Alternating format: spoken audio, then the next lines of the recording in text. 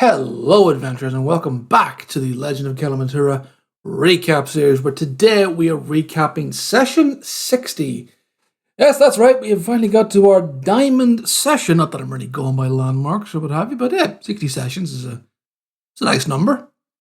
And yeah, it was it was an interesting one. So previously, the party had finally gotten into the dungeons of Duath. Or rather, the dungeons of Duath, the city of Duath, which is the dungeon crawled around in the moment. They'd arrived and had found a sort of a waylaid adventurer, sort of this red-headed wood elf artificer by the name of Clarissa, who was a new party member, joined the adventure at the moment. And after finding her, I'd done some battle with some Umber Hulks.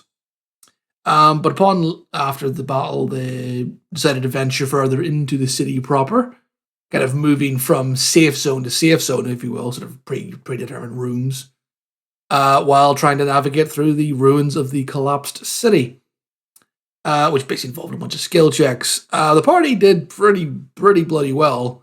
They rolled really well. The DC was decently high on it, but they actually rolled really high. Lucky buggers. And they managed to navigate successfully through the city to the crystal caverns of Duath, which is kind of the gateway, if you will, to the Underdark proper. And from there, they carried on to the Warden's chambers, where they got a nice bit of loot and a few other bits and pieces, and where there was a combat encounter waiting for them in the form of a Behir and two helmed horrors.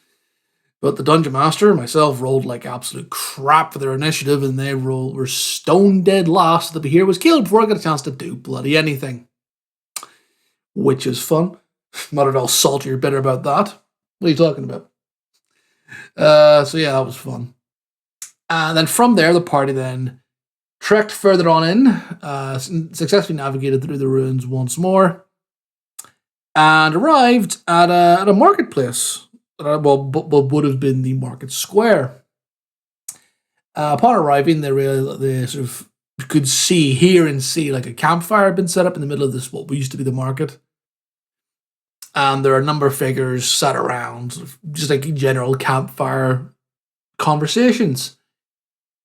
The party, Low, through use of, I think his own, was it his great invisibility? I think it was, no, Bart's great invisibility was cast on Low, who went to have a looky-loo, and reported back on, there were 7 or 8 of them gathered around a campfire, and then decided that they were going to try and set up a bit of an ambush. So Low returned to one side of the campfire, kind of hidden, invisible. Clarissa entered the chamber as well, also invisible, thanks to Dinesco. And those two kind of took up positions with Dinesco kind of waiting in the entrance to the marketplace, waiting for his cue. And Bart went for tried to go in for a bardic performative entrance to try and get their attention and see how they would react. But they didn't, which caused a bit of concern. They went, "What the fuck's going on here?" Through investigations and arcana checks, they quickly realized this was some sort of programmed illusion, which was very odd. So, kind of realized this was some sort of illusion and kind of wary of something else going on. Low approached the campfire, which they figured out was where the illusion seemed to be emanating from, and kind of realized there was no heat coming from the campfire either. It was completely illusory. Could have put his sword into the fire, could feel there was like something solid inside it, and decided to flick it out of the fire to investigate. There was something like a leather backpack or satchel was in there, which seemed to be which, as far as they could tell, was the source of the illusion. But once the thing was moved, the glyph of warding that was attached to it went boom. Low was the only person in the rear of the blast radius, sadly. Or is that thankfully? I don't know. He took a nice 5d8 acid damage. And after the backpack went boom, the party was taunted by an an arcanely projected voice. The Sorcerer Witch was spotted by Clarissa through a bloody good and very, very high Arcana check. Which the party would then taunted the voice of Jeremiah Doyle, who was a previous cross paths with the party previously once before. He's one of the BBEGs, effectively. So yeah, the party was taunted by them. He says they thanked them for participating in this little experiment to see how well this new little trick of his was going to work, and told them to give their best to Akata, and then says, actually, you know what? Maybe I'll see you there. Who knows? And the source of the voice disappeared. The party were then like, right, okay, well, we're going to go and fight Doyle in the library then, or kind of realize that's where Doyle might be. Pressing on from there, they headed towards the display hall and kind of antechambers of the library.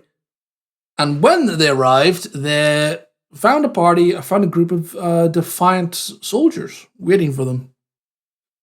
One of whom, a very tall, muscular human male with 6.5 foot tall, typical gladiator build, was there wielding what Dinesco recognized to be the Spear of Erebus. Although he could tell at a glance that this is some sort of a corrupted, cursed version of it.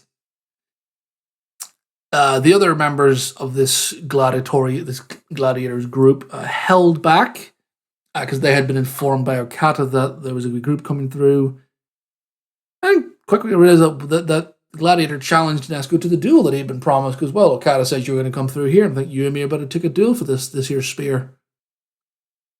And so combat initiated with Dinesco and this Gladiator, this barbarian fighter, multi-class, duking it out inside a wall of force set up by Bart as a sort of a makeshift arena, if you will. The two traded heavy blows, with Dinesco using his blood curse of the eyeless, blood maledict, to great effect, as his reaction causing many attacks to miss. Like, I don't know. I was rolling decently for him. There wasn't really any crap rolls. Also, Barbarian, Reckless Attack gave me advantage anyway, but rolled pretty well. But he was rolling really well with his blood curse as well. It was like 25 to 17, 26 to 19. I think Dinesco's armor class was 20. So it was like that was knocking him down and keeping this guy from missing made this guy miss several attacks. While Dinesco himself landed not one, but 2 crits. 2 crits. Thank God this guy was a bear totem. Oh yeah, bear totem barbarians. Resistance to everything but psychic damage. Really fun if you're Dungeon Master and you want to find a legitimate way to give someone resistance. Bear totem barbarian. You'll thank me later. Yeah, that sucked. I think it was 100. Like one of the attacks, or one round of attacks, was like 106 points of damage. So, this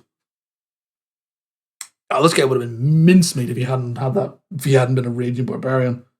But he was, and the fight went on pretty bloody well, and I think we ended up going for, like, in terms of rounds, I think it was like 5 or 6 rounds, maybe a bit longer. It was a decent sort of slugging match back and forth, and Dinesco managed to land a couple of very heavy blows and damn near killed him. Very, very nearly killed him, using with a lot of uses of the booming blade cantrip, which is relevant for later on.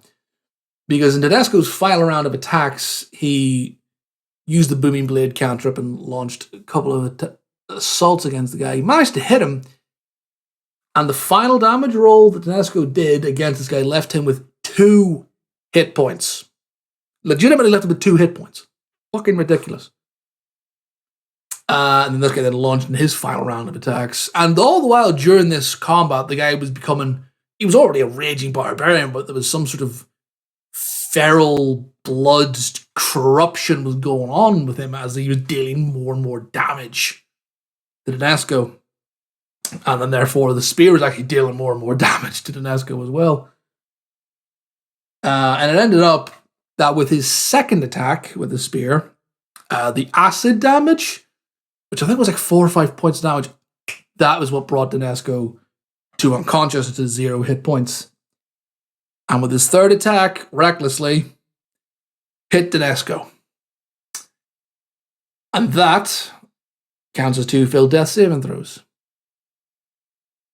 But because whenever Dinesco was built, he's a sort of a, with the way that we worked the class, and he's a bloodthirster, we kind of worked out a bit of a backstory thing for him.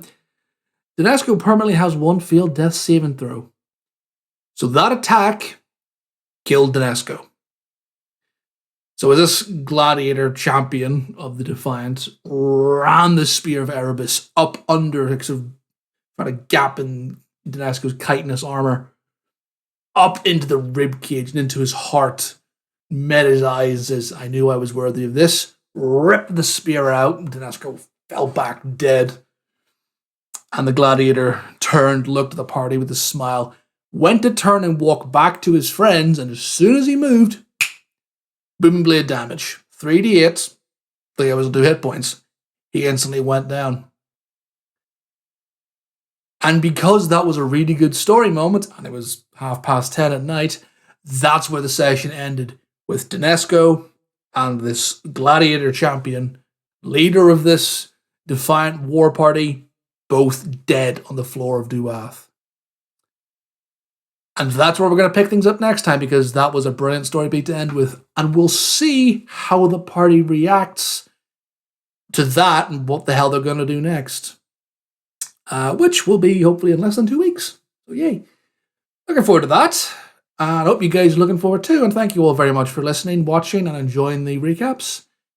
And I'll see you all next time, adventurers. Until then, stay safe and bye-bye.